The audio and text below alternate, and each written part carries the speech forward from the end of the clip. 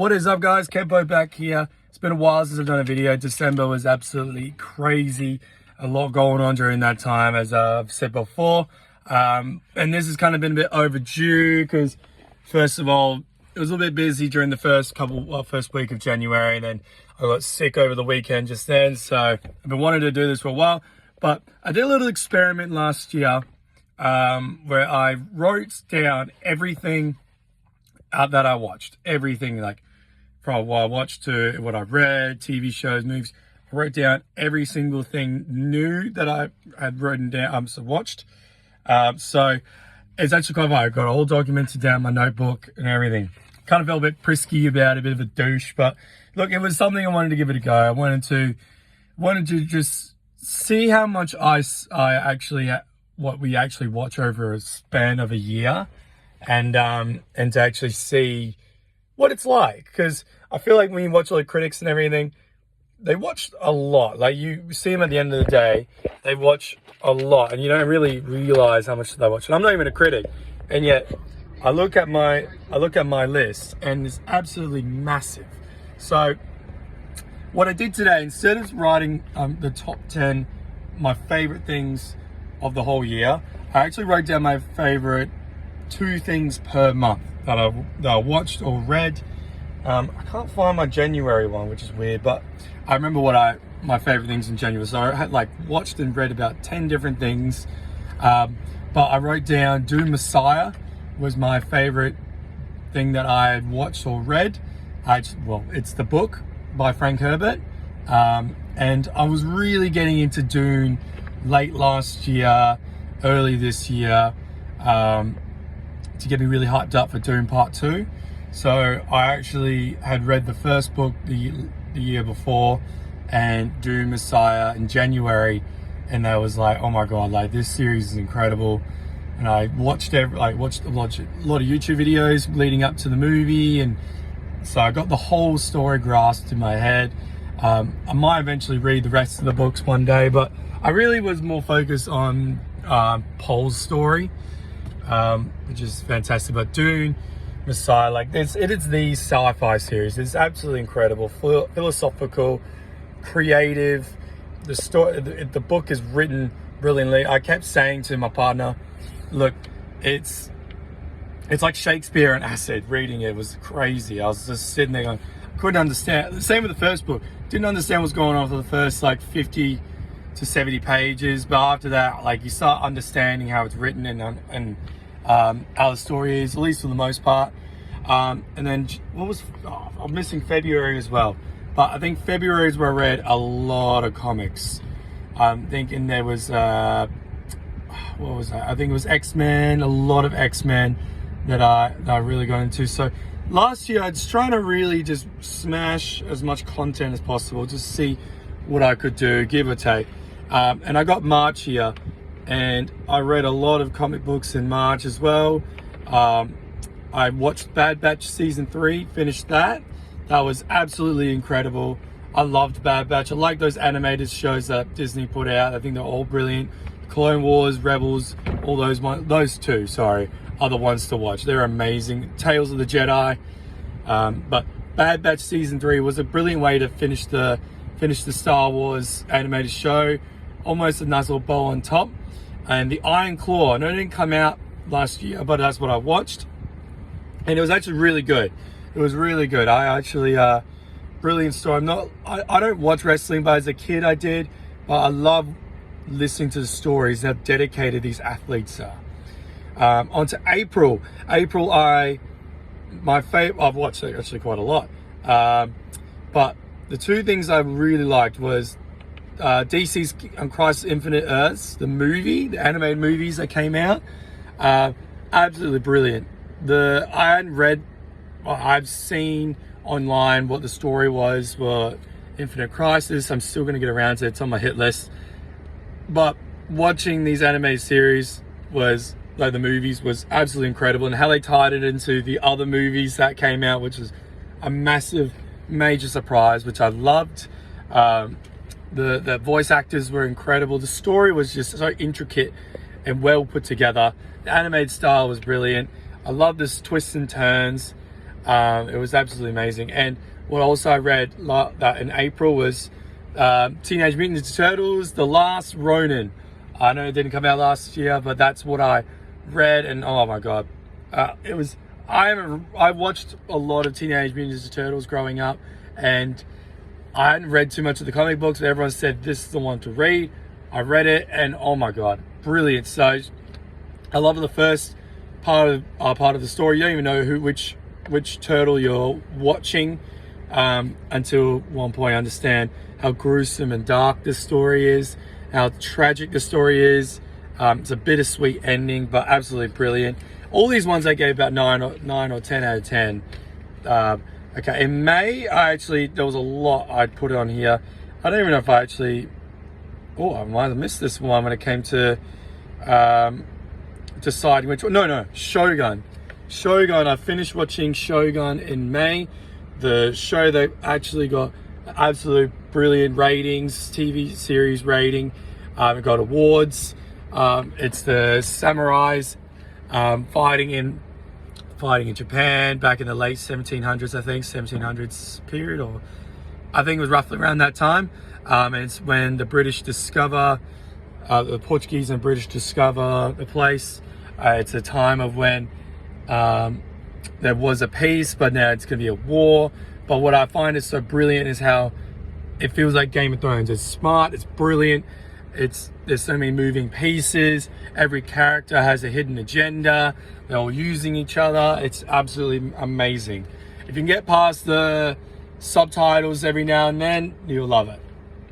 In June, X-Men 97 came out. So as I was really getting into X-Men 97, X-Men as a whole, last few years and this year with the comics, absolutely brilliant. X-Men 97 animated series by Marvel came out. Marvel really needed a win, and oh my god, they knocked it out of the park with this one. I actually rewatched all of the X-Men show leading up to this, like the original 90s show, and then watching 97 was a beautiful continuation. And for me, I think I did it perfectly, because as soon as I jumped into it, it felt like I was just continuing on. But the animated style was amazing. The characters are amazing. Gambit, Logan, they brought in the Dark. Oh no, they didn't bring Dark Phoenix. They did that season before. They brought in all the old characters. They brought the Sentinels. It was just a nice bring it all together. And the teaser with Apocalypse at the end was brilliant. After June, in July, this is where I start slowing down, because this is where my life gets a lot busier. Deadpool Wolverine. Oh my god, absolutely amazing movie. I still put it there next to the first movie. It was exactly what I wanted to see from Logan as a Wolverine. Just absolutely badass, gruesome, doesn't give a crap. Same with Deadpool, finally showing himself in the whole Marvel universe. Everyone likes his simpler stories, and to be fair, his simpler stories do make great movies. But for me, watching this, seeing all the different takes on Wolverine and different takes of Deadpool, I know there's nostalgia, memory berries, but by God, I really enjoyed. I do have January, yeah. Sorry about that. Coming back to all that. Oh, I was right anyway. No, February was different, but anyway. But Deadpool Wolverine, absolutely amazing movie, hilarious. Watched in gold class. I was very happy for that. And Godzilla -1 is what I also watched at the time. I know it came out the year before, but I finally got a chance to watch it, and honestly, absolutely amazing. It was one of the only times you sit there looking at a Godzilla story thinking, God, the human story is absolutely amazing. So it's set in Japan just after World War II. They've just lost the war, and they're trying to reunite the people. It's real post-war depression, and then this creature attacks, and it's Godzilla, and they're trying to figure out how to beat it. Absolutely amazing. And I had to give a shout out. One of the worst things that came out in that time was The Acolyte. Don't even get me started, I've already talked about it. August, House of the Dragon Season 2 wrapped up. Absolutely incredible. I don't care what people say, it was just a massive setup. To me, when I see a lot of that first 2 seasons of Game of Thrones setups and this and that, that's what it was for House of Dragon Season 2 for me. Just setups, moving pieces, adding exposition and telling people how to do their stories. Absolutely incredible. So it kicks off the war, but it's kicking off the first stages of it. And the big battle in the season was gruesome. Dragons dying. It was just absolutely amazing. And I can't wait to see season 3. In August, also, Alien Romulus came out. My God, the director that made the Evil Dead movies recently created Alien Romulus, and the way he ties in Prometheus into the Alien franchise, I loved it.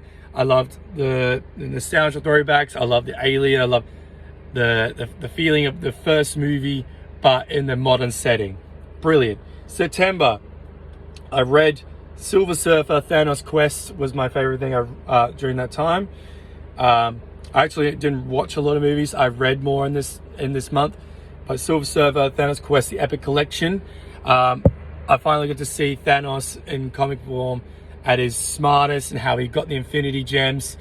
And Silver Surfer in his... sorry, I don't have to start driving. I saw Silver Surfer and his absolutely amazing character that he is. I saw the depth of the character, and I was very happy to see that. It was amazing to see. In October, what I read in October. I did a lot of reading in October as well, not a lot of movie watching. Darth Plagueis, the book.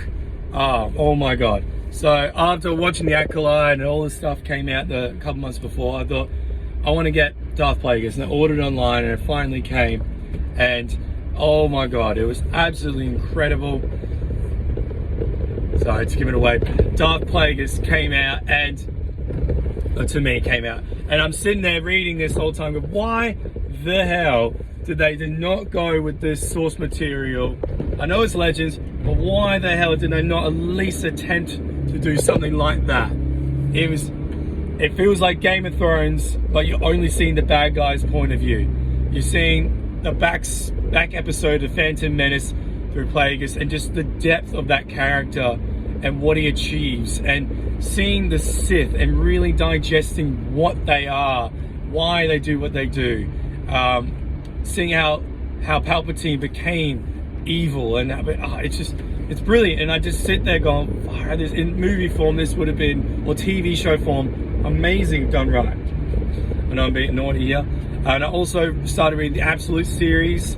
First time, Absolute Batman, Wonder Woman, Superman. Absolutely amazing. What else do I got here? So November, I only got to really watch one thing because I got crazy during that time. I went on holidays, there's birthdays. Inside Out 2. I got to watch Inside Out 2, the Disney Pixar animated movie.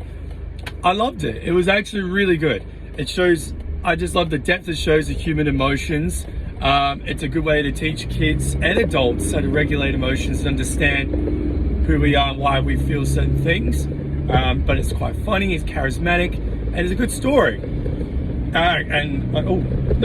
Also, November, The Penguin wrapped up. The Penguin, absolutely amazing. One of my favorite shows this year. The Penguin was insanely good.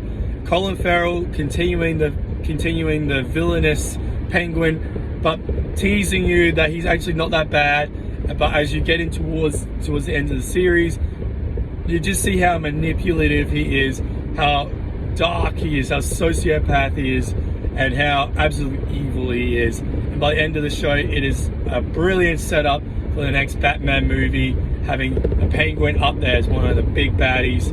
But I loved, it felt realistic but comic booky at the same time. It was dark, it was gritty, amazing show.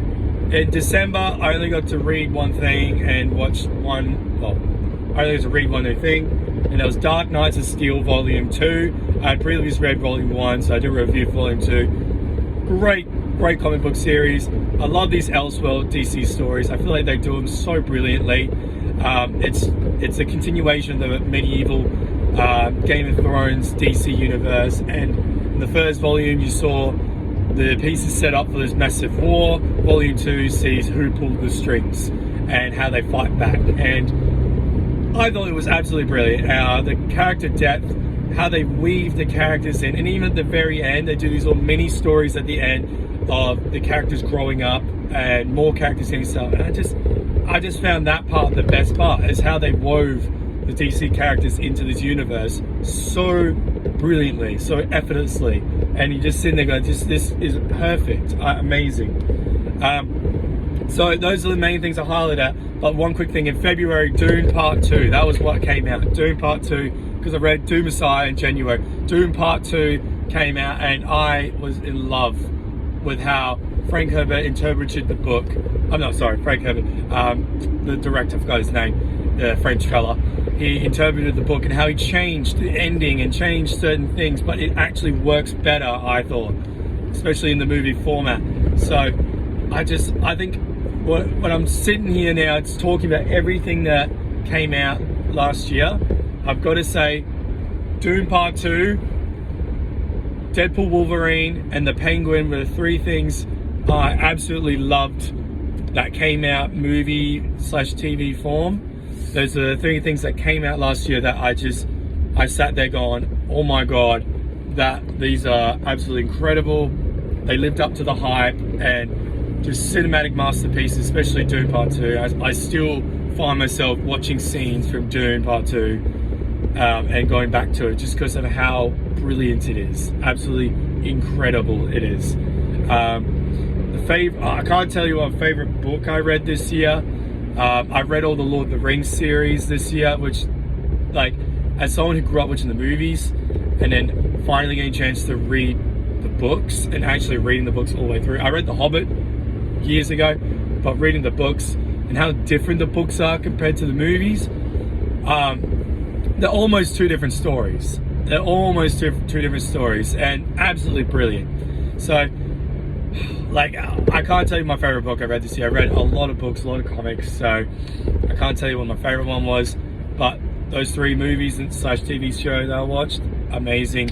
And I'm sitting there going, how I felt this experiment that I did, recording everything, was so much fun.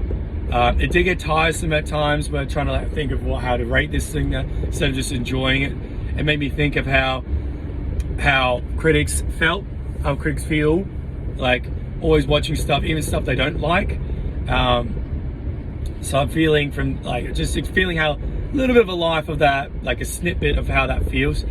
And I must admit, like, it was a lot of fun, but I got to pick and choose what I watched.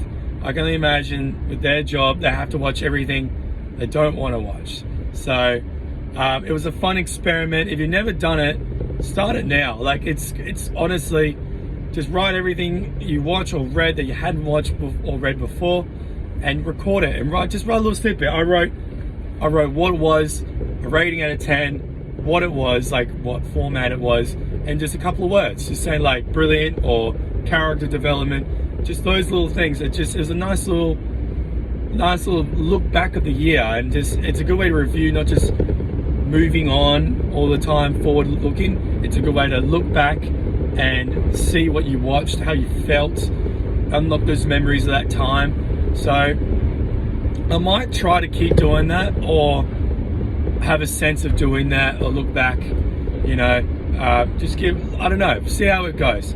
But thank you as always, guys. This one did take me a while to get to do it, and I didn't even do it properly. But at the end of the day, this is the video that I do. I only do it raw. That's how I do it. Thank you as always, guys, and I'll catch you in the next one.